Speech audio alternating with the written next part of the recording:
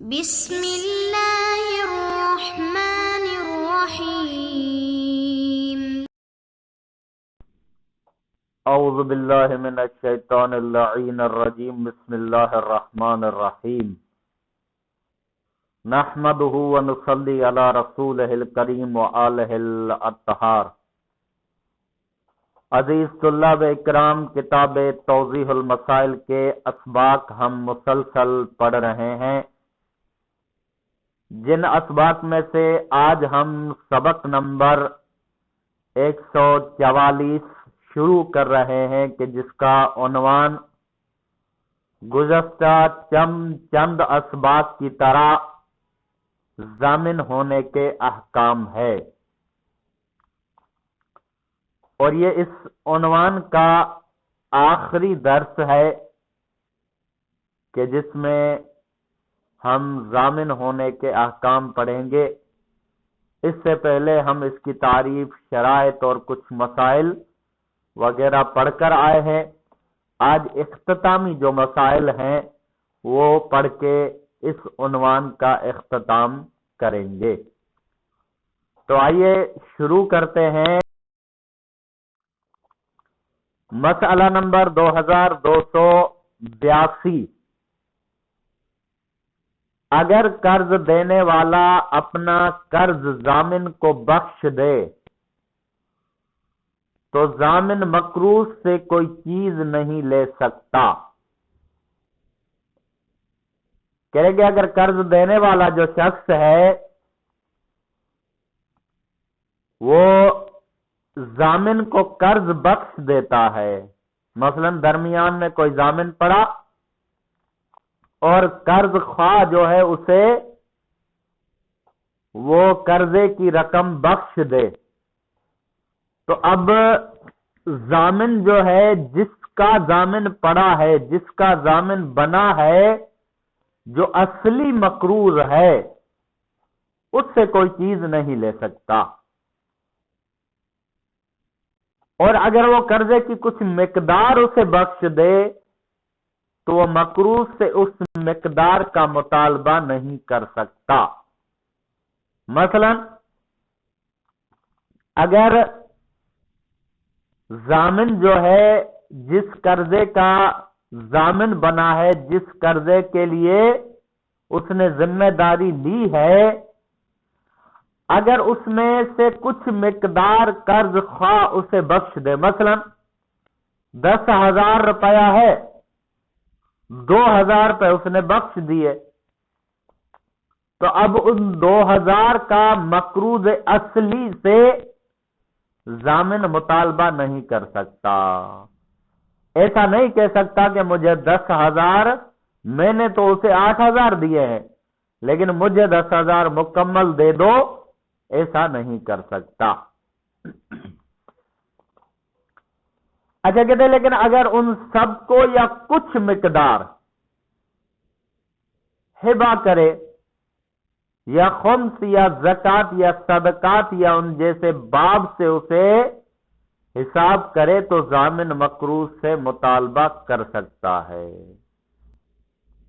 کہہ رہے کہ مثلا اس نے قرض خواہ نے ضامن کو بخشا نہیں ہے بلکہ ہبہ کیا ہے، یا زکوٰۃ کے عنوان سے اسے مستحق سمجھ کے چھوڑا ہے، یا خمس کے عنوان سے یا صدقات کے عنوان سے اسے چھوڑا ہے، تو اس صورت میں ضامن مقروض سے مطالبہ کر سکتا ہے کہ بھئی جو رقم، جس رقم کی میں نے ضمانت لی تھی، قرض خواہ نے مجھے بطور خمس ادا کر دیے مثلا،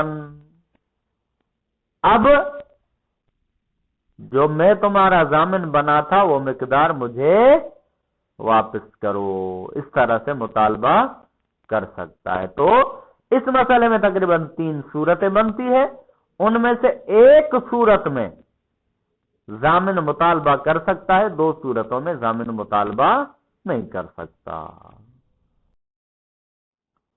اب آ جاتے ہیں مسئلہ نمبر 2283۔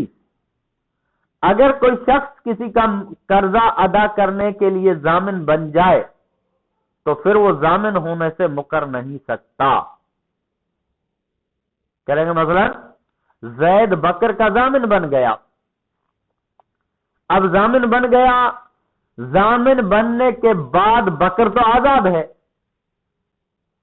اب زید کہتا ہے کہ میں ضمانت سے ہاتھ اٹھاتا ہوں. کہہ رہے کہ ایسا نہیں کر سکتا. کیوں؟ اس وجہ سے کہ وہ پہلے ضامن بن چکا ہے.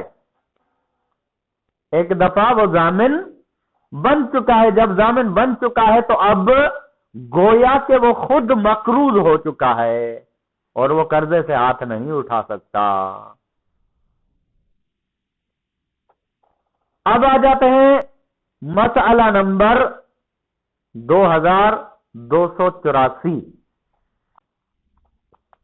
احتیاط واجب کی بنا پر ضامن اور قرض دینے والا یہ شرط نہیں کر سکتے کہ جس وقت چاہیں ضامن کی ضمانت منسوخ کر دیں. کہہ رہے کہ ایسا بھی نہیں ہو سکتا. پہلے کیا تھا؟ پہلے والے مسئلے میں, اس مسئلے میں یہ تھا کہ خود ضامن اپنی ضمانت سے مکر نہیں سکتا. اس مسئلے میں یہ ہے کہ احتیاط واجب کی بنا پر ضامن اور قرض خواہ, قرض دینے والا, وہ یہ شرط اس ضمانت کے معاملے میں نہیں کر سکتے کہ ضامن کی ضمانت منسوخ کر دیں. یہ شرط نہیں کر سکتے. یعنی وہ بھی احتیاط واجب کی بنا پر اس ضمانت کو منسوخ نہیں کر سکتے. اب آ جاتے ہیں مسئلہ نمبر 2285. اگر انسان ضامن بننے کے وقت قرض دینے والے کا قرضہ ادا کرنے کے قابل ہو تو خواہ وہ ضامن بعد میں فقیر ہو جائے, قرض دینے والا اس کی ضمانت منسوخ کر کے پہلے مقروض سے قرض کی ادائیگی کا مطالبہ نہیں کر سکتا.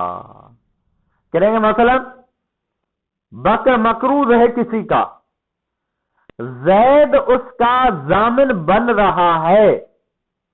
اب جب ضمانت دے رہا تھا زید اس وقت وہ قرضہ دینے کے قابل تھا, لیکن ضامن بننے کے بعد وہ فقیر ہو گیا. تو جس کا قرضہ ہے وہ اب زید کی ضمانت کو منسوخ نہیں کر سکتا. کیوں؟ اس وجہ سے کہ وہ پہلے وہ قابل تھا قرضہ دینے کے, اب حالات کی وجہ سے بیچارہ فقیر ہو گیا ہے تو اس کی ضمانت منسوخ نہیں کر سکتا, اور پہلے والے یعنی بکر سے جو اصلی مقروض ہے اس سے مطالبہ نہیں کر سکتا. ایک صورت یہ.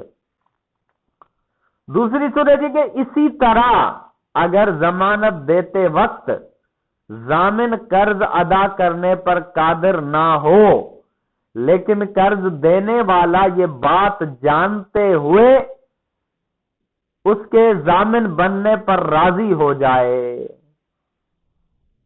تب بھی یہی حکم ہے. کہیں گے دوسری صورت یہ ہے کہ مثلا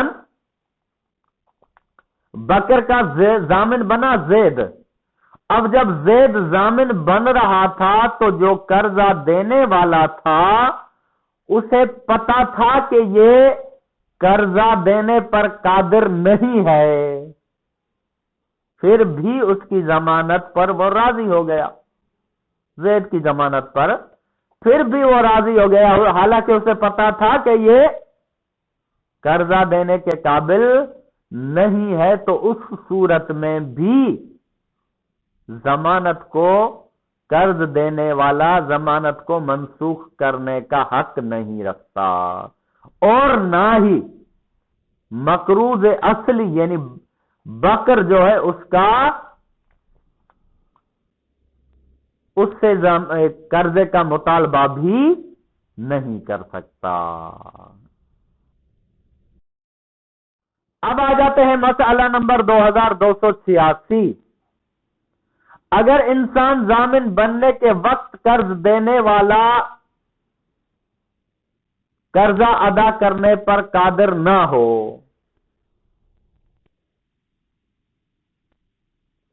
اور قرض دینے والا صورتحال سے لا علم ہونے کی بنا پر اس کی ضمانت منسوخ کرنا چاہے تو اس میں اشکال ہے. کریں گے مثلا گزشتہ مسئلے میں یہ ہم نے کہا کہ وہ جانتا تھا کہ یہ قرضہ دینے پہ قادر نہیں ہے.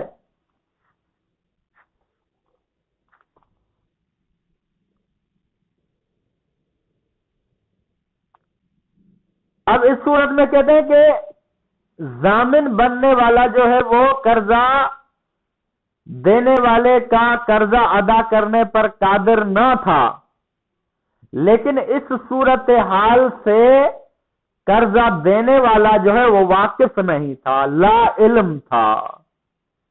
تو کہہ رہے اس بنا پر بھی اس کی ضمانت منسوخ کرنا محل اشکال ہے.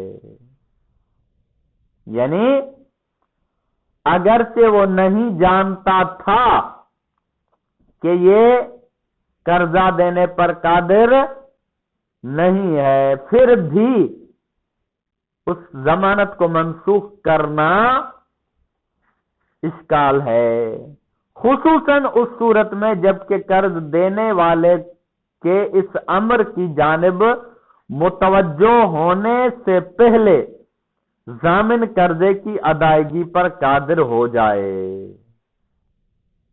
کریں گے خصوصاً اگر ایسی صورتحال ہو کہ اس کے قرضہ کا ٹائم جو قرضے کی مدت ہے وہ آنے سے پہلے یا قرض لینے والا جو ہے وہ اس چیز کی طرف متوجہ ہونے سے پہلے اگر ضامن جو ہے قرضے کی ادائیگی پر قادر ہو جائے تو اس صورت میں، خصوصاً اس صورت میں، البتہ پہلی والی صورت میں بھی ضمانت کو منسوخ کرنا محل اشکال ہے.